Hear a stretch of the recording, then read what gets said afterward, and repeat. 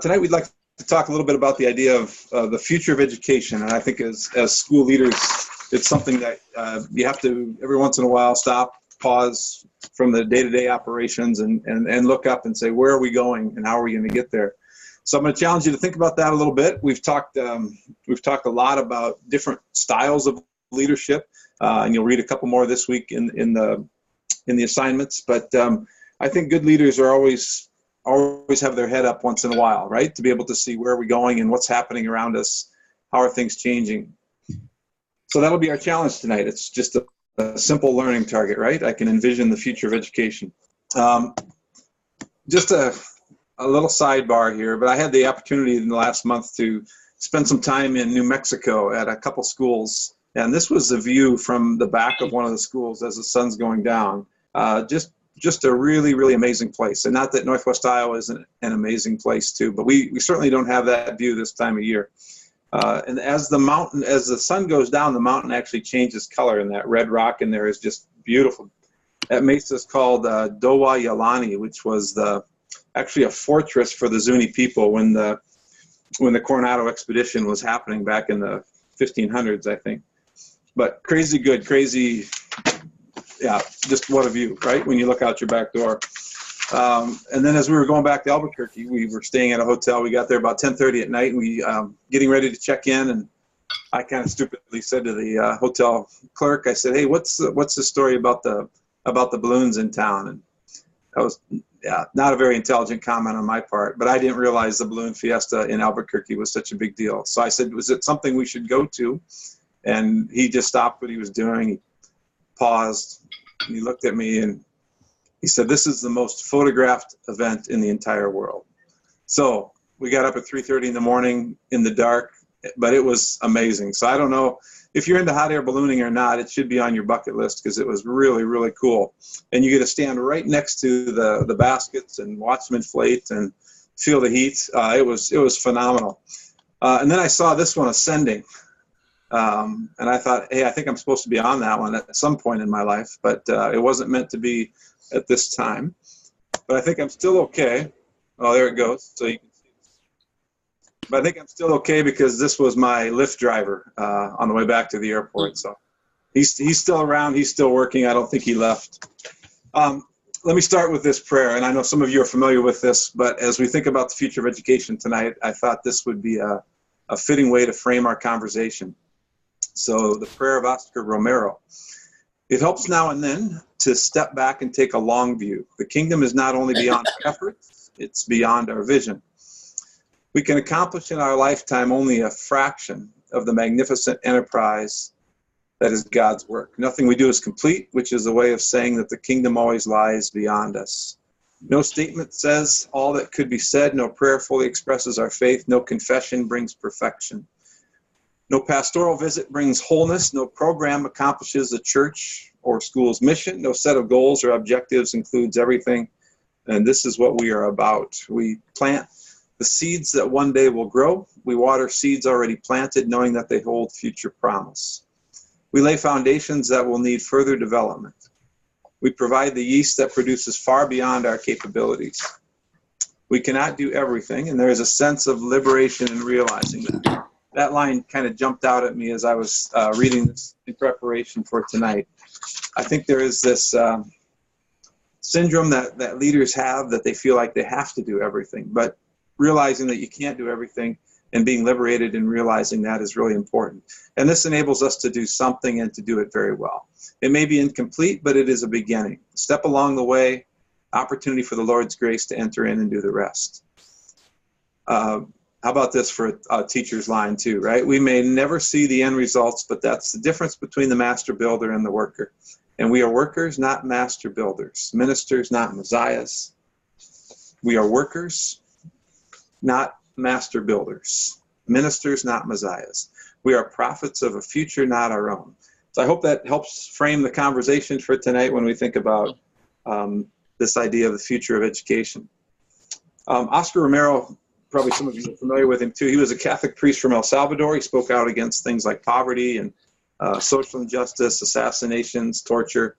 In 1980, he was assassinated while while offering Mass at the chapel of the Hospital of Divine Providence in El Salvador. But he was just canonized last month, I think in middle of October. So the protocol I'd like to use tonight when we think about the future of education is this idea of I notice and I wonder. So it's really an open-ended protocol. There's no right answers, but what do you notice about education? And what do you wonder about when you think about the future of education? So when I heard that Oscar Romero was canonized, it made me, I noticed that, right? I also noticed that same week that Eugene Peterson passed away. And if you've read The Message, which is Eugene Peterson's alliteration of the Bible, or there's another one that he's written, a great book called A Long Obedience in the Same Direction, which made me think of the mission statements that you've been writing. That would be a pretty good one, right? A long obedience in the same direction. So I noticed those two things happening in the same week, and it made me wonder, I wonder why other denominations don't recognize people. Like, I think Eugene Peterson has had an incredible impact on Christians in terms of his writings, and The Message is one of the best-selling books, right? So I wonder why, it just made me wonder. So that's kind of the concept for is I notice these things, and then I wonder about these other things. So they can be connected, or they might be disconnected as well. Again, no right answer. So, future of education. None of this existed when I started teaching. 25 years ago, I never would have predicted graphing calculators, right? We were doing all that by hand. We were just happy to have that first TI calculator, not the TI-85, which now is really not in use anymore either because those are available online. We can use our computers for those. Cell phones in the classroom. Never would have dreamed of that, right? Look at that seating. We would never considered that 25 years ago. Apple TV, casting to televisions, learning management systems didn't exist. Khan Academy, man, I would have been a much better math teacher if I had Salman Khan in my back pocket. But that doesn't excuse us in terms of not venturing a guess on what the future of education is going to look like and actually preparing our schools for what the future is going to look like. So you have to be able to stop and look up every once in a while. I had a really unique privilege when I started teaching in Southern California to attend the what they called the Q Conference, the Computer Using Educators Conference. It was held in Palm Springs every year, and we were only 30 miles away, and it was always during spring break. So, whether the school was going to pay for it or not, I would try to venture over to Palm Springs to sit in and just figure out where is the future. And I was in my master's degrees was in educational technology, so I was really into what does the future of technology look like in education. So attending that conference was that moment where I could just all of a sudden get my head out of the weeds, right, and be able to look up and think, I wonder where this is going, and I wonder if our school can is this the right direction for our school to go to? And we know that looking up is important, right? This is my analogy for that. My youngest daughter loves to mow lawn. And she loves to jump on the John Deere tractor and just mow. But for the first couple of times, she would, I was pretty creative in terms of what the lawn looked like after she mowed. So there were some pretty nice strips in it. There were some really creative turns on the corners and at the end. I didn't want to say anything because I was just really appreciative that she was helping mow, and I kind of got a kick out of the fact that she really liked to mow. But it came to a point where she said, how do you mow straight, right?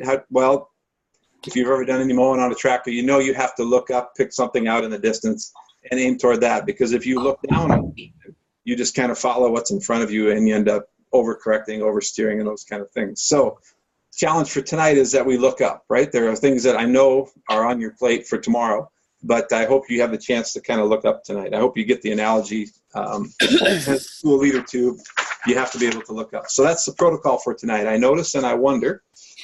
And as we kind of wrap up 560, I want to spend a little time thinking about the future of education. That brainstorming protocol, I first started using it as a math teacher in Southern California, middle school math, because the classes that I taught, the algebra, geometry, pre-algebra, a majority of math students, we used Saxon math, which at that time was not as good as it is today. I'll put it that way. There was 30 questions, 25 questions were over the concept of the day, and then the last 5 questions were either story questions or review questions. So typically a majority of students would have no problem with the first 25. And then those last 5 questions that ask them to apply the mathematical concepts would give them a challenge. And so I would use this protocol with the last 5 because I would just say, we don't even have to grade these. Just tell me what you notice and what you wonder about. It allowed them to think freely about math and not worry about, an exact answer or getting it right the first time. And it drove some kids crazy, right? Because, well, sometimes kids, it doesn't take much to drive middle kids crazy, which is kind of the fun part about teaching middle school. But what I found with that simple brainstorming activity, I noticed and I wonder, it creates a really safe environment. Students can focus on sharing thoughts without any pressure of a right answer or solving a problem. So we're going to play with that protocol a little bit. I'll give you an example, and then I'll put you in a breakout room, and I'd like you to share your I notice and I wonder about the future of education. So here's my I notice. Maybe you notice this too. I notice that students are not always engaged in the work that we ask them to do.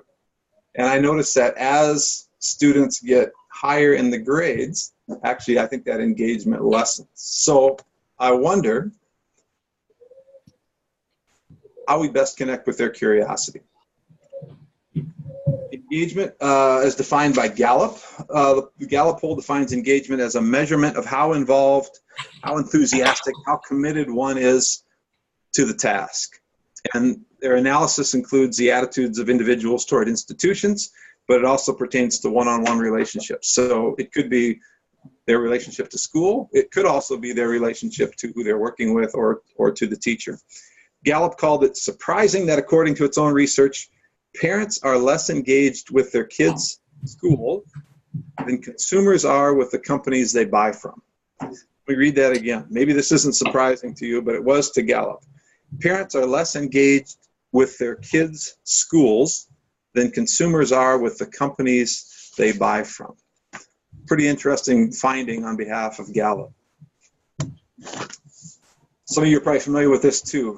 Phil Schletke came up with this levels of student engagement, and I love it actually, because it challenges me to think about how do we get to the green light in schools. The bottom one, of course, is rebellion, right? Schletke said there's really what he calls two core ideas when he thinks about engagement, right? The idea of commitment and the idea of attention, and where do I fall on that in terms of high or low. So he talks about the first one being rebellion, where I have diverted attention and I have no commitment, right? And there's typically these students are disruptive to education. Doesn't mean they're poor students, but it just means we haven't been able to capture their attention. We haven't got them committed to the task. When we move up to the orange box, or the orange circle, calls that retreatism. No attention, no commitment. I would characterize these as students who have kind of checked out, right? They're not a problem in class, but they've kind of, they're not with you either, if that makes sense. And then the yellow one it just strikes me as, I think we see this quite a bit in school, this idea of ritual compliance. Students who are going to do the bare minimum, there's very low level learning, very little retention, but they're pretty compliant. I mean, they'll turn in their assignment, they'll do what you ask them to do, but they're not, again, that engagement is not there. The blue one, I think this one probably fits, maybe, I don't know, this one probably fit me a little bit in grade school and high school. The idea of strategic compliance, high attention, but not very high commitment, right? So I think these are students who can kind of play the game of school, who are, understand grades, rewards, getting teacher approval, but learning in itself is not really intrinsically rewarding to them. And then the challenge for all of us, right, is how do we get either staff or students to that level of engagement where they have high attention, high commitment. These people are completely bought in, right? These are students who are going to, they're going to choose to learn even when it's not graded. They're going to, transfer is going to happen when they come across new situations, but there's meaning involved, there's choice involved, and there's a challenge to learning. And that's what the target is, according to Phil Schletke, right? This idea of engagement. But it is a challenge because according to Thomas Friedman, we live in this type of a world. How do we get the green light when this is what the world cares about? What's a high school diploma worth? What's a college degree worth? What's a master's degree in education worth? Because that world only cares about and pays off on what you, not how you learned it. They don't really, the world doesn't really care about that, but what can you do with what you know? Which is really interesting for us to think about in terms of education, a formal system of education. Just another consideration for you when you think about the changing world that we live in and how we're preparing students for a different work world.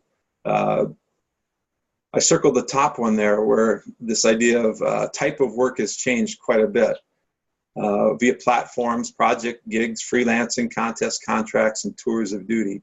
Thinking about students, having multiple jobs or a portfolio of jobs, which is really different for us than training for a job, like maybe some of us were doing. And there's a risk to that, right? If we think about how we are doing that in schools, how are we equipping kids for that type of a work environment, that changes the way we need to do school. Interesting chart. Takes me a while to fully embrace it. And I think about, schools probably fall into that bottom left one, right? Schools are full-time employment. There's some variation in terms of full-time, part-time, not a lot of flexible work. It's a traditional delivery system. So they're in that system, but we're trying to prepare them for this uber-empowered type of a system. And initially, I think we maybe thought education was immune to some of these changes.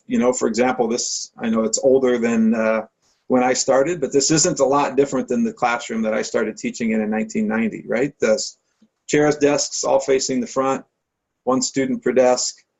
And typically it was a show and go, right? The teacher would show you, I would show them how to do a mathematical algorithm on the board, and then they would go and do, 25 problems and struggle through the last 5, right? So that was the system of education for a long time. So in some ways, we didn't have to even imagine a different system because we couldn't, because that was the one that existed for about 100 years. But I don't think that's true anymore. I don't think teaching is immune from the changes that are happening around us. I know it's not. It's not.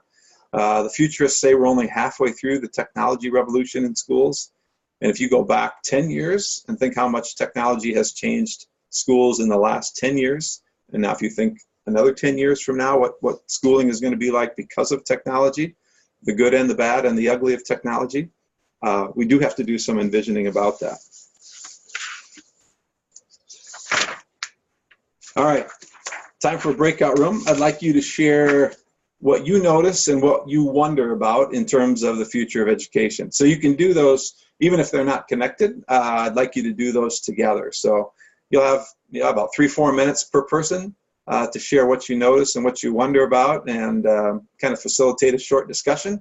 And then I'll bring you back, and we'll keep rolling on a few more of my noticings and my wonderings about education. So you should get an invitation in just a second to join a breakout room. And let's see, who should go first? Let's go with let's go with the person whose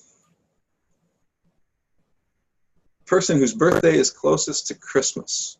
They get to go first, and then you'll work your way out either direction. It's going to take a little math to figure that out, but that's okay. That's one of those bottom 5 questions. So person whose birthday is closest to Christmas goes first, and we'll work our way out from there, or you can just figure out whatever you want to go on your own too. So what do you notice? What do you wonder about in terms of the future of education?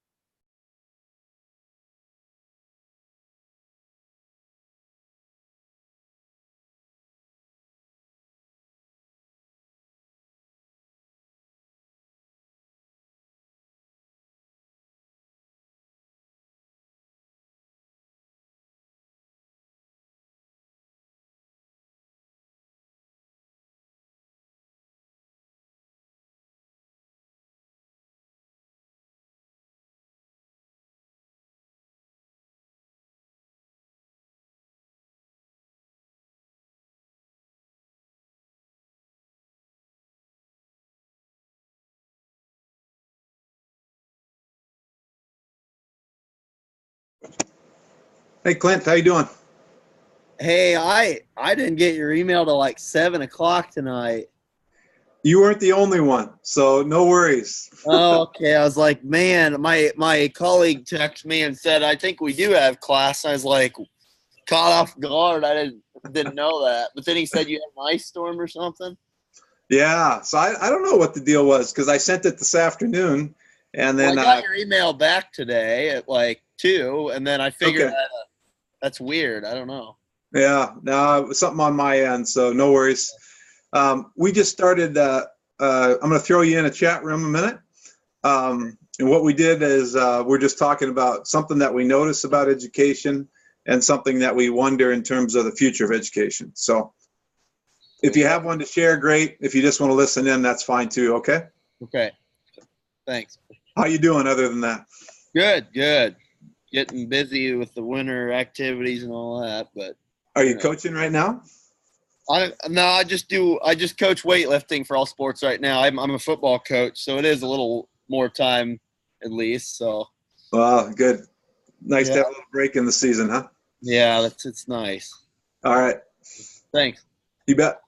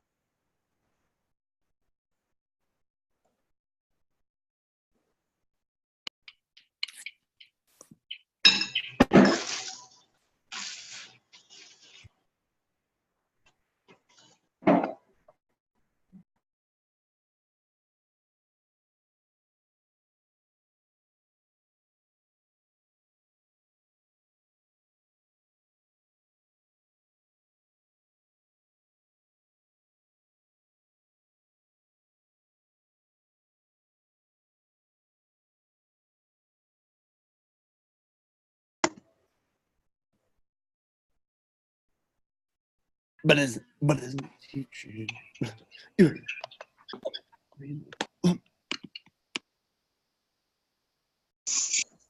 All right. I hope that was a good conversation. I'm sure it was interesting to hear what your colleagues had to think about the future of education. Here's a couple more of mine. First one is, the second one I should say, is the idea of technology. As kind of a technophile in education, I thought a lot about how technology, in the words of Neil Postman, he says it's always been a burden and a blessing, which means you can't adopt it. It's going to bring both. It's going to bring both joy and pain into your classroom. But made me wonder, are we continually talking about how we use technology well, especially in an age where we've spent so much money on technology? And has technology actually decreased, or has it heightened the disparity between rich schools and poor schools? Have academic outcomes increased because of technology? Can we correlate that to the infusion of technology? And these studies are really hard to come by, as I'm sure you know. Can we correlate the increased amounts of testing to technology? Are we testing more because we have augmented tests available to us now via technology?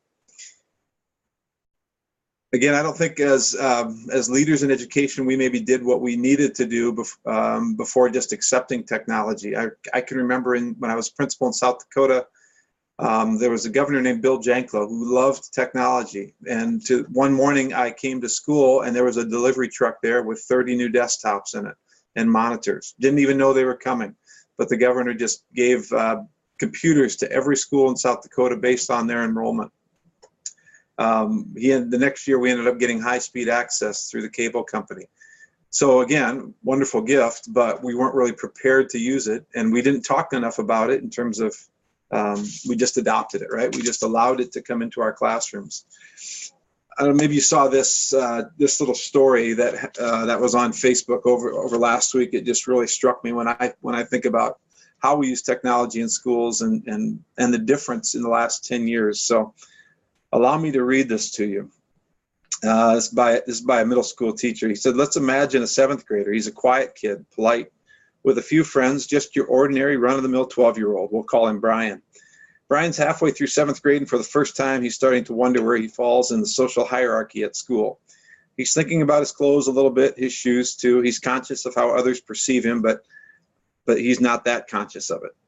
He goes home each day, and from the hours of 3 p.m. to 7 a.m., he has a break from the social pressures of middle school.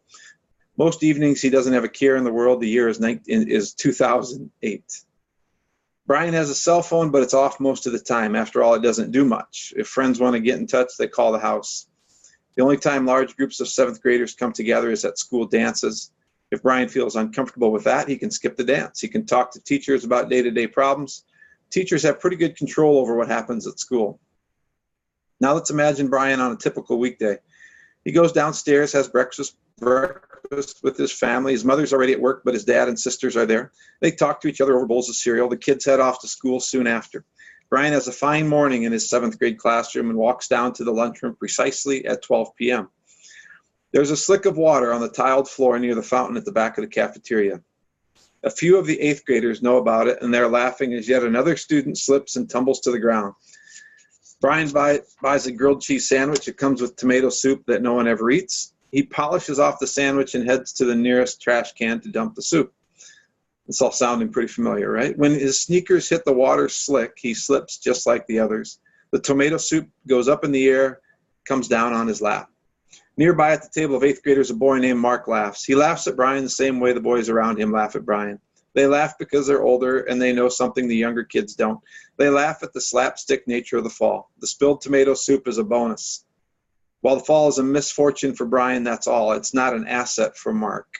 A few kids hear the laughter and look over it, but Brian gets up quickly, rushes off to the bathroom to change into his gym shorts.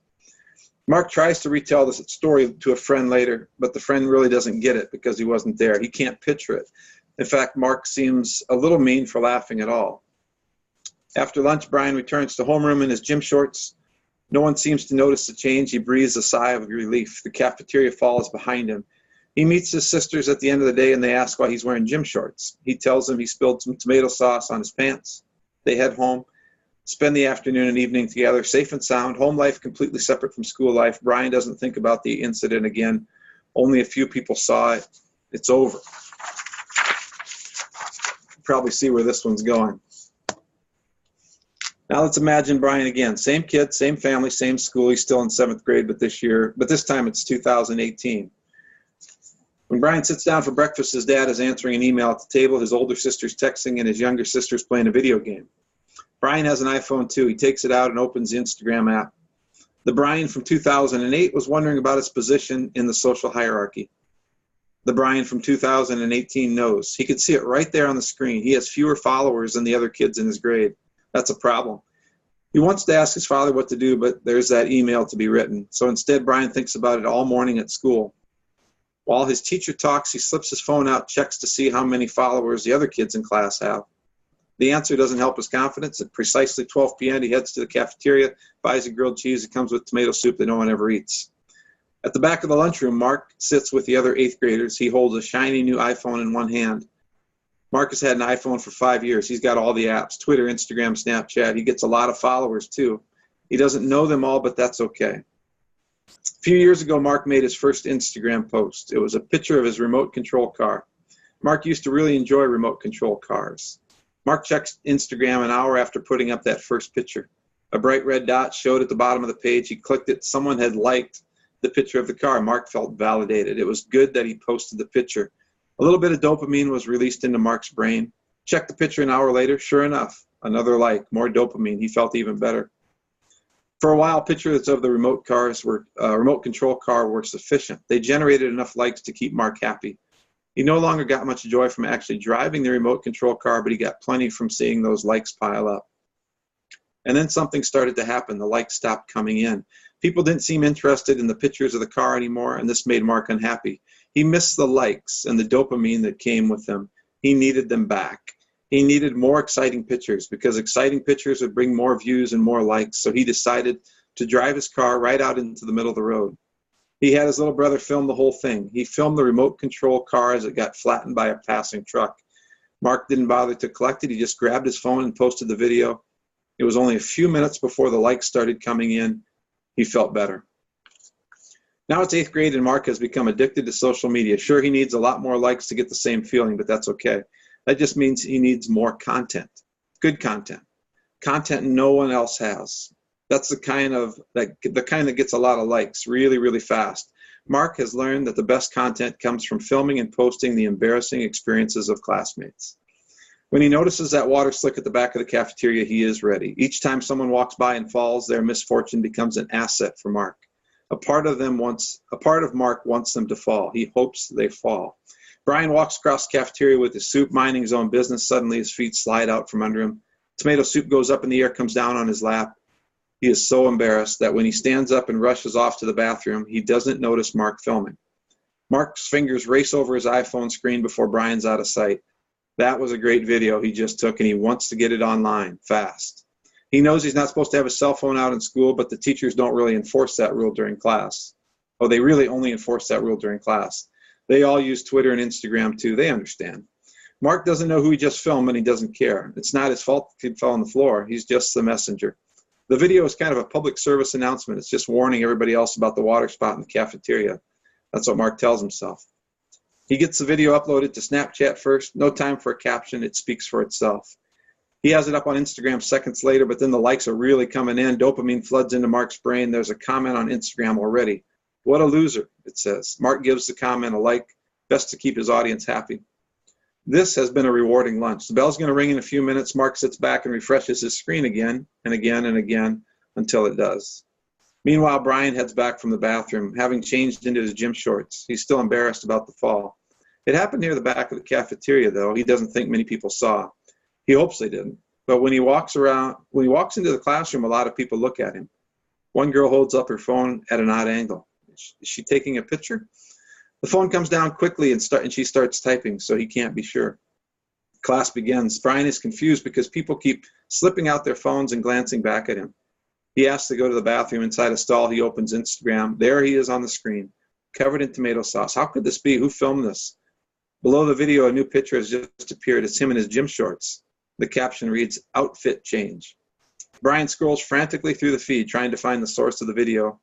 He can't. It's been shared and reshared too many times. He notices his follower count has dropped. He doesn't want to go to class. He just wants it to stop. He meets his sisters outside at the end of the day. Several students snap pictures as he walks by. Neither sister says a word. He knows why. Home was a safe place for Brian in 2008. Whatever happened in school stayed in school, but not now. Brian arrives at his house, his heart thundering, and heads straight to his bedroom. He's supposed to be doing homework, but he can't concentrate. Alone in the dark, excuse me, alone in the dark, he refreshes his iPhone again and again and again and again. Brian's family is having his favorite dish for dinner, but he doesn't care. He wants it to be over so he can get back to his phone. Twice he goes to the bathroom to check Instagram. His parents don't mind. They're checking their own phones. Brian discovers that 2 new versions of the video have been released. One is set to music and another one has a nasty narration. Both have lots of comments. He doesn't know how to fight back, so he just watches as the new view counts rise higher and higher. His own follower count, his friend count, keeps going in the opposite direction. Brian doesn't want to be part of this. He doesn't like this kind of thing. He can't skip it, though. It's not like the dance. And he can't tell a teacher. This isn't happening at school. He stays up at night, all night, refreshing the feed, hoping the rising view count will start to slow. Mark is doing the same thing on the other side of town. He has a lot of new followers. This is his best video ever. At 3 a.m., they both turn out their lights, stare up at their respective ceiling. Mark smiles. He hopes tomorrow something even more embarrassing happens to a different kid. Then he can film that and get even more likes. Across town, Brian isn't smiling, but sadly, he's hoping for exactly the same thing. Technology, right? Cell phones may interrupt learning, absolutely. Cell phones in use may enhance learning, absolutely. Right? So how do we view this in terms of the future of education? 91% of students say they are using their cell phones for educational benefits. Calendars, alarms, cameras, they say usually to take pictures of teachers' notes are the features most commonly used by students. And I'm sure you all have some kind of cell phone policy at your school. I was visiting a high school last month that doesn't. And they've also chosen not to have bells either. Cell phone use is at the discretion of the students, but the teachers have said that they have conversations every week with different students about how and whether their cell phones are interrupting their learning or enhancing their learning. In my short observations there, it appears as if both are happening. The difference, I'm assuming the difference is that the school has named the challenge and decided to approach it from a different perspective, other than from just simply a policy to enforce. So I wonder about self-regulation, about addiction, about the amount of time bringing student attention back away from their devices. There's also research out of the London School of Economics that states by surveying schools in 4 English cities regarding their mobile phone policies and combining it with administrative data, we find that student performance in high-stakes exams significantly increases post-ban. Student performance in high-stakes exams significantly increases after the ban. We use a difference in different strategy exploiting variations in schools' autonomous decisions to ban these devices. Our results indicate that these increases in performance are driven by the lowest achieving students. This suggests that restricting cell phone use can be a low-cost policy to raise educational inequalities. So I push back against the idea of data-driven decision-making, but I certainly think we should be data-informed decision-makers as educators and as school leaders. So is it as simple as banning cell phone use according to the London School of Economics? Or what kind of school would we be known as if we ended up banning cell phone use? My last one. I notice, and this is part of my role in the Department of Education at Dordt, that the teacher shortage forecasted for the past 20 years is really coming to fruition. For a long time, I didn't think it was going to happen, but it makes me wonder, will we have enough good teachers? And will we have enough good teachers who know what it means to teach and to lead Christianly? There's a lot of data behind this right now. So again, thinking about being data informed as a decision maker. In the year 2000, I'm guessing maybe some of you went to, that was your first year of college. 11% of incoming college students would say education was going to be their major. Last year, that number is less than half, right? 4.8% of incoming college freshmen declaring education as their major. The other scary, interesting statistic that I notice, it makes me wonder, students who are definitely interested in teaching were lower performing on the ACT test than students who wanted to enter other professions. Now, again, it's just something I notice. I'm not making any judgments on the academic or the intelligence of the teachers who are entering the profession, but it does make you wonder a bit. Is there going to be an effect on student learning if we don't have, if the teachers who are coming into the system are performing at a lower level on standardized tests? Maybe not. Right? Maybe the other dispositions of teaching, loving who you teach and loving how to teach are more important than a deep content expert in the field. I don't know. Here's the other interesting one to me about the notice and wondering. First time in history where in the United States, parents are discouraging their kids to become teachers, right? You notice it follows, or maybe it's responsive to the market a little bit too. But over half of parents, according to this survey, would discourage their child to become a teacher. So it's an interesting place that we're in as a profession. And again, thinking about the future of education, another wondering. I'm sorry, I have one more quick one. This one I think has to do more probably with high schools, right? High school graduates are coming to college with lots of college credits. PSEOs, dual enrollment, online education. The other day I was recruiting a freshman who wanted to be a teacher, and she had 41 college credits already. 41. So that puts her at a second semester sophomore level walking in. So, that 4-year slice of college that many of us maybe experienced, probably not going to be part of the future of education. So it makes me wonder, are high schools thinking deeply about how to meet the needs, or maybe it's the desires of students who are college ready, career ready, and kingdom ready at the same time? Have we had those conversations?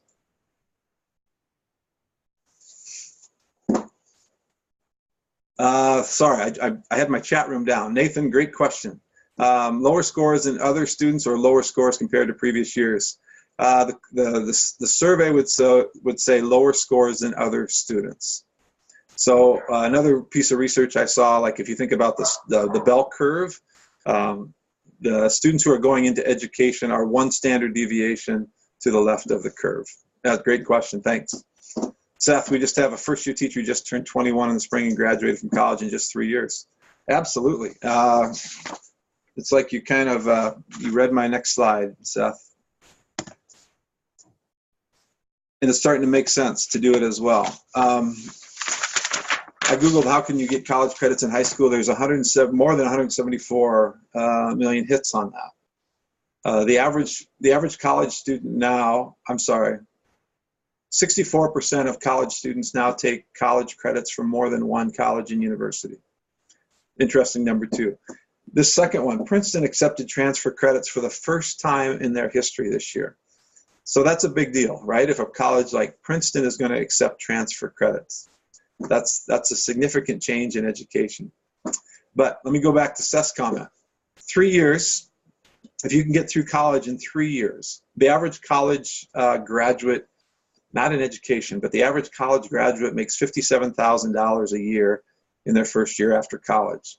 So if you would graduate from college in 3 years and you would make that extra $57,000, and actually if you would invest it and just at a safe 3%, that would end up being in excess of $700,000 by the time you retired. So $750,000 by graduating from college 1 year early. Pretty significant economic advantage if you can get through college in 3 years. I'm not saying you should do it, because it's not simply all about economics and money. It's also about holistic development and understanding a world and life view that you might not think deeply about after you leave college. But interesting place that we are in the history of education. I'll quickly go through the last one, and I'm sure you're seeing this in schools too, but the changing profile of parents choosing schools. and then what role schools have to play in the faith formation or the holistic formation of students. That's something that I'm wondering about, especially as we see the decline of the institutional church and we see the changing profile of the family as well. I'm going to skip that one for now. So as we wrap up, I think my vision is that we're going to end up with 3 types of schools in the future of education. We're going to have a rigid school, a confused school, and a transforming school. And I think this is not original thought. In fact, it comes out of the New Testament. From Colossians 2, therefore, will let no one pass judgment on you in questions of food or drink or with regard to festival or new moon or Sabbath. These are a shadow of the things to come, but the substance belongs to Christ. So these verses that Paul highlights actually covered an Old Testament sweep for new Christians who used to be Jews, who were integrating their faith, but they were still using Old Testament laws and rules in ways that became that were part of their faith, right? That they were imposed on. Food and drink laws, most likely those were tied to Nazirite laws in the book of Numbers and Leviticus. Individuals who wanted to show their holiness, they would abstain from wine. They'd grow their hair long like Mitch and I, and they would avoid unclean things. But then Paul talks also about festivals and Sabbath celebrations, all things that were mentioned in the Old Testament. And Israel would avoid certain things in a very rigid way to show their holiness and separateness from the world around them. I don't think Paul's saying any of those things are wrong in and of themselves, but at the same time, they shouldn't be used as barometers of our spirituality now that Christ has shown up. So our substance is found in our faith in him, not in these festivals or abstaining from certain things. So it makes me think of what one school would be this idea of a very rigid school. Legalism, rules, separatism, 3 things that could quickly cloud and even eclipse the mission of a school. If we have rules over relationships in schools, I think we've missed the boat. Structures over grace, I think we've missed the boat. Learning is imposed on students rather than students being invited into the learning process. I think it'd be a challenge to find joy-filled learners in the walls of a school like this. That said, I think it's actually easier to lead a school like this as a principal, right? When the rules are in place, when all I'm doing is enforcing policies and we just keep adding rules and policies, that becomes an easier place to manage as a leader. So there's a tendency to do those things. Oh, we have a policy on this, so we have to follow the policy. But we know that those policies ends up ruining relationships. I can remember a high school coach who had a policy about socks. Crazy enough, but so back when I played, we used to have these long socks. You'd probably think of them as soccer socks, right? They'd almost come up to your knees. Well, those went away, right? It's almost everything's a no-show or the quarter socks now. Well, there was this student who really liked those long ones that he saw his dad had been playing with years and years ago, so he resurrected those, and the coach actually benched him for wearing those socks. Public embarrassment in front of the crowd, ruin the relationship with that student over a sock policy, right? That's the idea of a rigid school. Not that I wouldn't enforce rules and regulations, but not at the expense of a relationship with students. So that's one type of school that I think is going to exist in the future. And then I think there's also going to be the confused school. And I'm not using Princeton as an example of a confused school, but there's a big swing of the pendulum here, right? And the verse I chose here, again, something that Paul wrote to Timothy: for the time is coming when people will not endure sound teaching, but they'll have itchy ears. They will accumulate for themselves teachers to suit their own passions, will turn away from listening to the truth, wander off into myths. As for you, always be sober-minded, endure suffering, do the work of the evangelist, fulfill your ministry. I use Princeton here because if you look on the bottom, the Latin there it actually says, under God we flourish. And then I read what the Dean of Chapel quoted there. At Princeton, we learn from each other through what makes us different. We refract the content of our courses and daily interactions through the lens of our life experiences and those things that we believe or don't. They are the foundation for the richest kind of intellectual, spiritual, and personal growth.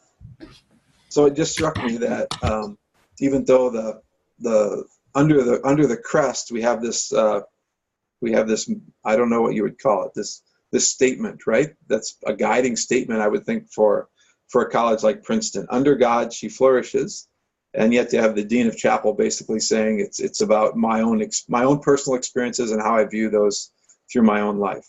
Not being, I'm probably picking on the dean of chapel here in an inappropriate way, but it just struck me the dichotomy between those two. So the confused school, they might, and Paul saw this in his note to Timothy, a time will come when they will not endure sound doctrine, things like the resurrection of Christ, the truthfulness of the Bible, the Trinity as our understanding of the eternal God, but they'll want to have their ears tickled. And that's that confused school, I think, that kind of bends to everything that the students want or everything that the parents want. And this is a hard one for me because, sure, I want my kids to go to prom. I want them to take trips to D.C. for their socials class. I want them to have maker spaces in the common areas, to go on tour with the choir. But when we think deeply about all the things that we've allowed into our schools that don't really fit with our mission and vision statements, I think we become examples of this confused school. So my last one for you, the one I want you to think about, is this idea of a transforming school. And this is what I hope that you get a chance to be part of and get a chance to lead at some point in your career. And I think a transforming school is that school of irresistible influence. It's the place that people want to go to, and not only students but parents. It draws you in, right? It's not a bordered set, but it's a centered set. It's something that pulls people in because of what's happening in that school, like what we see in Acts chapter 2. I think it is a school that plans tight, meaning that it is structured. It does have rules and policies. It's aligned to standards, but it does hang loose, and it creates space for God to work as well.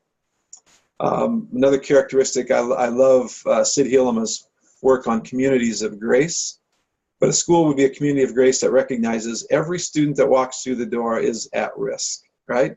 Might be at risk socially, like we talked about with Brian in that story, might be at risk academically, might be at risk spiritually, but every student is at risk, and we have to recognize that. And then the last one, I think that it's a place that knows their mission, and it really invites students in powerful ways to live into that mission, so that students are engaged at that green light level. What is a transforming school wondering about? Just a couple thoughts. These are questions that I would hope they're always asking. What should teaching and learning look like in the contemporary society? What knowledge, skills, and dispositions do our students need in order to be salt and light? What does our school look like both programmatically and physically, given the exponential growth of online, on-demand, and customized learning? And how do we remain relevant and nimble in a highly competitive marketplace? What actions must we take to position ourselves to be sustainable and to flourish? Those are just some of the wonderings I think that should be happening at a place that would be considered a transforming school.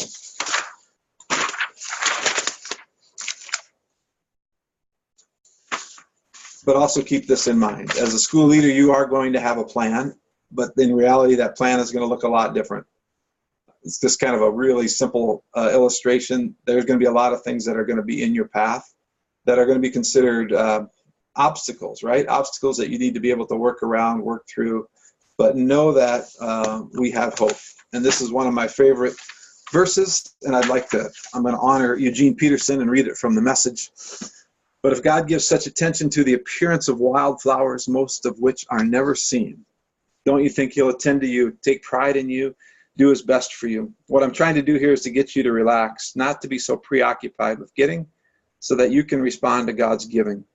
People who don't know God and the way he works fuss over these things, but you know both God and how he works. Steep your life in God reality, God initiative, God provisions. Don't worry about missing out. You'll find all your everyday human concerns will be met. Give your entire attention to what God is doing right now, and don't get worked up about what may or may not happen tomorrow. God will help you deal with whatever hard things come up when the time comes. He'll definitely help you get through those obstacles. He'll help you remove those obstacles. We don't need to worry about that if we're faithful. He doesn't call us always to be successful in our work, but he does call us to be faithful. quick look at the week ahead. So sorry if I didn't make this clear, but on December 5, your vision for learning is not due in final form, but you'll have an opportunity to give it to a group of your peers. And I will try to sort you in ways with the sport leadership folks together, school leadership folks together, people who have different experiences, so that you can get some really good feedback on your vision for leading. Think of the vision for leading as that opportunity, that first opportunity that you have to meet with a group of people that you will be leading. So whether that be a group of coaches, whether that be a group of faculty members, whether that be a board, so if you're stepping into like a superintendent role, that's your target audience, and you can choose whatever target audience you want. Someone asked the other day whether that should be PowerPoint, Prezi, Google. I would say yes, because I think that might even set you apart when you go in for that first meeting. If you have something to share, I wouldn't make it very long. A few slides, powerful ones. I would include your personal mission statement if you're comfortable sharing that. Some things out of your philosophy of education. But that's just this presentation. The first time people are going to wonder, hey, I wonder what this person, I wonder what she's going to lead like, right? And who is she as a leader? It's wide open at that point. The fun part for me is that in about a couple of months, I'm going to get graduates of Dort School Leadership Program who are going to call me and say, hey, I just did my vision for leading in an interview form, because they tend to go back to this when they're getting ready to interview for a position, and they use this assignment as a kind of a springboard to share those ideas. Great question, Becky. You don't need to record it for the 5th, but you will need to record it for the 12th. And yeah, you'll upload the recordings for that assignment submission. You can record it. There's no chips on how well it's recorded. I mean, you can use your cell phone and click video. That's just fine.